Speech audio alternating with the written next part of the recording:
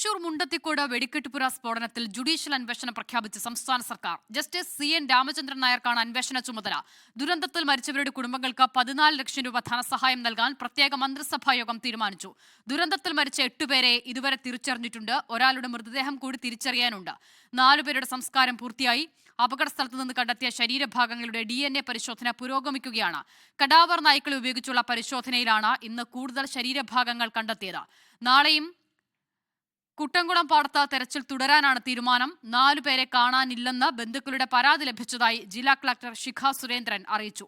ദുരന്ത പശ്ചാത്തലത്തിൽ തൃശൂർ പൂരം ആഘോഷമില്ലാതെ നടത്താനാണ് ആലോചന. അപകടത്തിൽ ഒരാൾ കൂടി മരിച്ചു.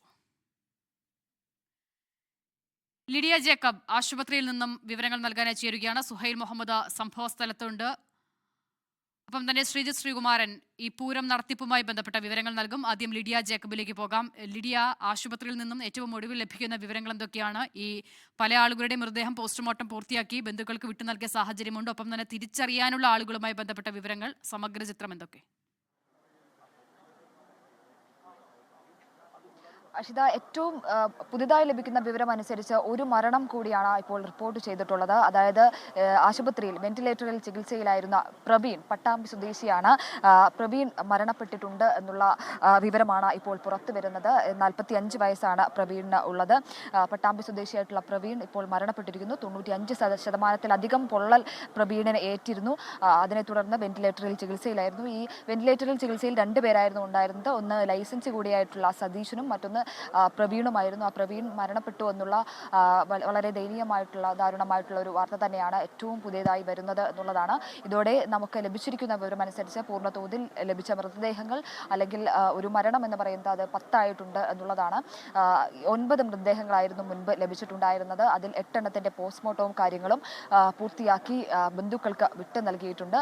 മാത്രമല്ല, ഇപ്പോൾ ലഭിക്കുന്ന പ്രവീൺ കൂടി മരിച്ചതോടെ മരണം 10ലേക്ക് കടന്നിട്ടുണ്ട് എന്നുള്ളതാണ്. ഈ 9-ൽ ഒരാളുടെ പോസ്റ്റ്മോർട്ടം അല്ലെങ്കിൽ തിരിച്ചറിയൽ മാത്രമാണ് ബാക്കിയുള്ളത്. അത് ഇത്തരത്തിൽ DNA പരിശോധനകളടക്കം അതിനടക്കം വിധേയമാക്കേണ്ടതായിട്ടുണ്ട്. അതുകൊണ്ടാണ് അത് അത്രയധികം നശിച്ച നിലയിലാണ് മൃതദേഹമുള്ളത്. അതുകൊണ്ടാണ് അത് തിരിച്ചറിയാൻ സാധിക്കാത്തത്. അതിൻ്റെ DNA പരിശോധനകളും കാര്യങ്ങളും ഒക്കെ നടക്കുകയാണ്. അതോടൊപ്പം തന്നെ മറ്റ് ആളുകളുടെ കൂടി പ്രത്യേകിച്ച് ശരീരഭാഗങ്ങൾ ലഭിച്ചിട്ടുണ്ട്. ഏകദേശം 32 ശരീരഭാഗങ്ങളാണ് ലഭിച്ചിട്ടുള്ളത്. ആ ശരീരഭാഗങ്ങളുടെ DNA പരിശോധനയും കാര്യങ്ങളും ഒക്കെ പൂർത്തിയാക്കുകയാണ്. മറ്റൊരു പ്രധാനപ്പെട്ട വിവരം ഈ കാണാതായവരുടെ ലിസ്റ്റാണ്. അത് ഈ കൺട്രോൾ റൂം വഴിയും ഒപ്പം നേരിട്ടും വന്ന് തങ്ങളുടെ ബന്ധുക്കളെ കാണുന്നില്ല എന്ന് അറിയിച്ച ആളുകളാണ്. അവരുടെ ഒരു ലിസ്റ്റ്, 4 പേരുടെ ലിസ്റ്റാണ് ഇപ്പോൾ ഔദ്യോഗികമായി വന്നിട്ടുള്ളത്. അതിൽ ഒന്ന് സുരേഷ് CA ആണ്, ചോരോത്ത് വീട് തെക്കുംകര.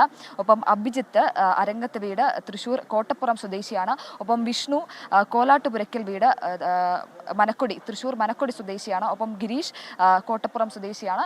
ഇത്തരത്തിൽ 4 പേരുടെ ഒരു ലിസ്റ്റാണ്, കാണാതായ ആളുകളുടെ ലിസ്റ്റാണ് ഇപ്പോൾ പുറത്തു വന്നിരിക്കുന്നത്. ഇവരുടെ ബന്ധുക്കൾ കൺട്രോൾ റൂം വഴിയും ഒപ്പം മോർച്ചറിയിലൊക്കെ നേരിട്ടും വന്ന് തങ്ങളുടെ ബന്ധുവിനെ, അതായത് ഇവരെ കാണുന്നില്ല എന്ന് അറിയിച്ചത് കൂടിയാണ്. ഇവരുടെ ബന്ധുക്കളുടെ അടക്കം DNA സാമ്പിളുകൾ ശേഖരിച്ചിട്ടുണ്ട്. അതുകൂടി പരിശോധനയ്ക്ക് വിധേയമാക്കേണ്ടതായിട്ടുണ്ട്. അത് വിധേയമാക്കിയ ശേഷം ഈ ലഭിച്ച ശരീരഭാഗങ്ങളിൽ ഏതെങ്കിലും ഉണ്ടോ എന്നടക്കമുള്ളവയാണ് പരിശോധിക്കുന്നത് എന്നുള്ളതാണ്. എന്തായാലും രാജീവ് ഗാന്ധി ഇൻസ്റ്റിറ്റ്യൂട്ടിലെ 7 സംഘം ഇങ്ങോട്ടേക്ക് എത്തി പരിശോധനകൾ അത് ഇപ്പോഴും നടന്നുകൊണ്ടിരിക്കുകയാണ് എന്നുള്ളതാണ്. ഏറ്റവും അവസാന ഘട്ടത്തിലാണ്. പ്രത്യേകിച്ച് ഈ ഒരു മൃതദേഹങ്ങളുടെ പോസ്റ്റ്മോർട്ടവും കാര്യങ്ങളുമൊക്കെ പൂർത്തിയാക്കി വിട്ടു നൽകി. മറ്റ് നടപടിക്രമങ്ങളാണ്, ഈ DNA ടെസ്റ്റിനുള്ള നടപടിക്രമങ്ങളാണ് ഏറ്റവും അവസാന ഘട്ടത്തിലായിരിക്കുന്നത് എന്നുള്ളതാണ്. അത് പരിശോധിച്ച് അവർ ഏറ്റവും അവസാനത്തിലേക്ക് കടക്കുകയാണ്. ആ ഒരു പരിശോധനയും കാര്യങ്ങളും ഏറ്റവും അവസാനത്തിലേക്ക് കടക്കുകയാണ് എന്നുള്ളതാണ് ഏറ്റവും പ്രധാനപ്പെട്ട കാര്യം. മറ്റൊന്നുള്ളത്, ഈ പരിക്കേറ്റ് ചികിത്സയിലായിരിക്കുന്ന ആളുകളാണ്. ഞാൻ മുൻപ് സൂചിപ്പിച്ചതുപോലെ തന്നെ പ്രവീൺ ഒരാൾ മരിച്ചു. പ്രവീൺ, പട്ടാമ്പി സ്വദേശിയായിട്ടുള്ള പ്രവീൺ മരിച്ചു. ഇപ്പോൾ വെന്റിലേറ്ററിൽ ചികിത്സയിലുള്ളത് ലൈസൻസി കൂടിയായിട്ടുള്ള സതീശനാണ്. അതോടൊപ്പം തന്നെ ഇവരടക്കം 11 പേരായിരുന്നു ചികിത്സയിൽ ഉണ്ടായിരുന്നത്.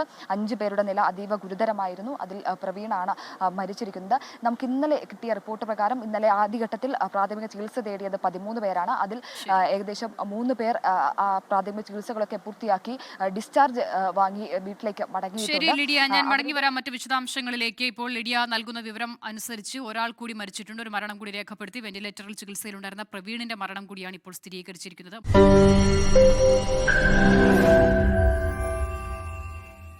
ലോകത്തെവിടെയായാലും ഏത് സമയത്തും 24 വാർത്തകളും ഓഗ്മെന്റഡ് റിയാലിറ്റി പാക്കേജുകളും എക്സ്പ്ലെയിനറുകളും വിശദമായി കാണാൻ ഞങ്ങളുടെ യൂട്യൂബ് ചാനൽ നിങ്ങൾക്ക് സബ്സ്ക്രൈബ് ചെയ്യാം.